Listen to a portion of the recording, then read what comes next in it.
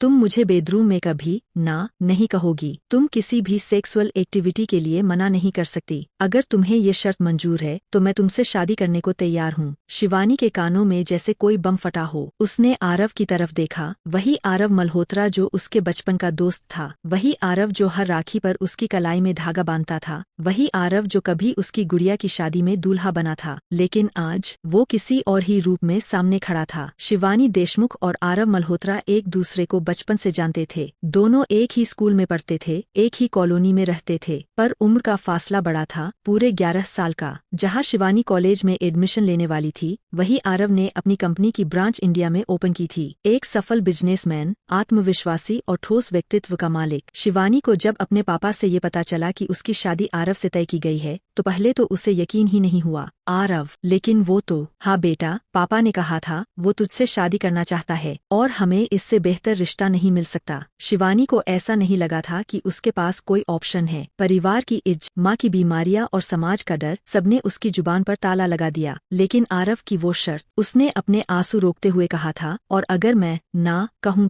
तो मैं इस शादी से इनकार कर दूंगा। आरव की आवाज ठंडी, शांत लेकिन बेहद सख्त थी। उसने कोई इमोशन नहीं दिखाया, और यही बात शिवानी को तोड़ गई थी। वो जानती थी कि उसकी शादी अब तय है, लेकिन यह शादी प्यार पर टिकेगी या सिर्फ हवस पर जारी है। मंडप की धूप के नीचे आरव मल्होत्रा बैठा था, पूरी तरह से सज-धज कर, जैसे कोई राजा अपनी दुल्हन का इंतजार कर रहा हो। पुजारी ने जैसे ही कहा, दुल्हन को बुलाइए, आरव के होठों पर एक हल्की मुस्कान आई। लेकिन जब उसने शिवानी को पहली बार लाल जोड़े में देखा, उसका चेहरा कुछ पल के लिए सचमुच ठहर गया। मेरी दुल्हन, वह बस बुदबुदाया। शिवानी के चेहरे की चमक उसकी आंखों को चकाचौंध कर गई थी, लेकिन उसकी आंखों में कुछ और भी था, एक छुपा डर, एक खामोश बेचैनी। कन्यादान कौन करेगा? पुजारी ने जैसे ही पूछा, आरव की मां निवेदिता ने ठोस आवाज में कहा, पंडित जी, बेटियों को ना दान किया जाता है, ना लिया जाता है। वह मेरी बेटी है और हमेशा मेरी बेटी रहेगी। आप बाकी रस्में कीजिए। पंडाल में सन्नाटा छा गया। शिवानी ने आंसुओं भरी आंखों से निवेदिता को देखा। उसकी सास, जो इस अजनबी रिश्ते में पहली बार उसे बेटी की तरह देख रही थी। फेरे शुरू हुए। आरव ने उसका हाथ थामा। उसकी उंगलियां सख्ती से शिवानी की कोमल हथेलियों में गूंथ गईं, और शिवानी चुपचाप पीछे पीछे चल दी, मन में एक वादा करते हुए, मैं उसे प्रायोरिटी दूंगी, उसकी रिस्पेक्ट करूंगी, एक अच्छी पत्नी बनूंगी। आरव के मन में भी कुछ चल रहा था। उसकी नजरें हर फेरे में शिवानी की पीठ को ताकती रहीं, जैसे ये सोच रहा हो कि क्या ये लड़की सच में उसकी लाइफ में फिट होगी, उसकी शर्तों को निभा पाएगी। सिंदूर और मंगलसूत्र के समय आरव के हाथ कांपे नहीं। उसने आत्मविश्वास से शिवानी की मांग भरी और मंगलसूत्र पहनाया। और जब पुजारी ने घोषणा की, अब आप पति पत्नी है, तो आरव झुका और शिवानी के कान में फुसफुसाया, Congratulations, Mrs. Shivani Arav Malhotra. उसका चेहरा लाल पड़ गया और आरव के होठों पर हल्की सी चुप मुस्कान फैल गई। मोम, तुम्हें अब हमारे कमरे में ले जाएंगी, उसने कहा, फिर धीरे से जोड़ा, एक मदद करोगी? जी, शिवानी ने धीरे से पूछा। आरव हंसा, जब तक मैं आऊं, बस ये 5 किलो के गहने और 10 किलो के कपड़े उतार दो, ताकि तुम्हारा पति सब कुछ आसान पाए। शिवानी का चेहरा शर्म से झुक गया। उसका दिल तेज धड़कने लगा था। अब अगला कदम सुहागरात था। रस्में पूरी हो चुकी थीं। अब सबकी नजरें उस कमरे की तरफ थीं, जहां एक नई दुल्हन, एक नए रिश्ते के साथ अपनी पहली रात बिताने वाली थी। निवेदिता, आरव की मां, धीरे से शिवानी के पास आई और कहा, चलो बेटा, तुम्हें कमरे तक छोड़ देती हूँ। कमरे में हल्की रोशनी थी, न फूलों की चादर, न भारी सजावट। मोमबत्तियां भी नहीं थीं, क्योंकि शिवानी को सेंट से एलर्जी थी। दीवारों पर सादगी बिखरी थी, लेकिन दिल में एक घबराहट का तूफान उमड़ रहा था। उम्मीद है तुम्हें यह सिंपल डेकोरेशन पसंद आया होगा, निवेदिता ने कहा, और उसके पसीने से भीगे चेहरे को देखकर मुस्कुरा दी। क्या मैं गहने उतारने में मदद करूं? शिवानी ने तुरंत सिर हिलाया। एक राहत का भाव उसके चेहरे पर आ गया। जब सारी ज्वेलरी उतर चुकी थी, निवेदिता कुछ देर तक बस उसकी आंखों में देखती रही। फिर पूछा, डर लग रहा है? शिवानी ने धीरे से सिर हिलाया। हाँ, मैं कोई दकियानूसी सास नहीं हूँ जो कहे कि ये रात फर्ज है। मैं जानती हूँ ये डर कैसा होता है, लेकिन एक बात कहूँ। शिवानी ने सवाल भरी निगाहों से उनकी ओर देखा। बेटा, हम औरतें प्यार दिखाने के कई तरीके जानती है, लेकिन मर्द, वो ज्यादातर फिजिकल होकर अपने जज्बात दिखाते हैं। चाहे वो किस हो, गले लगाना हो या और भी आगे बढ़ना, उनके लिए यही एक्सप्रेशन है। ये सिर्फ सेक्स नहीं है, ये उनका तरीका है, ये जताने का कि तुम उनकी हो, और अगर वो तुम्हें प्यार करता है तो वो तुम्हारी इज्जत भी करेगा। शिवानी की आंखें भीग गई थीं। निवेदिता ने उसके गाल थपथपाए और कहा, ड्रेसिंग रूम में सब है, नहाकर फ्रेश हो जाओ और जो तुम चाहो वो पहनो। कोई दबाव नहीं है बेटा, मैं तुम्हारी माँ पहले हूँ, बहू बाद में।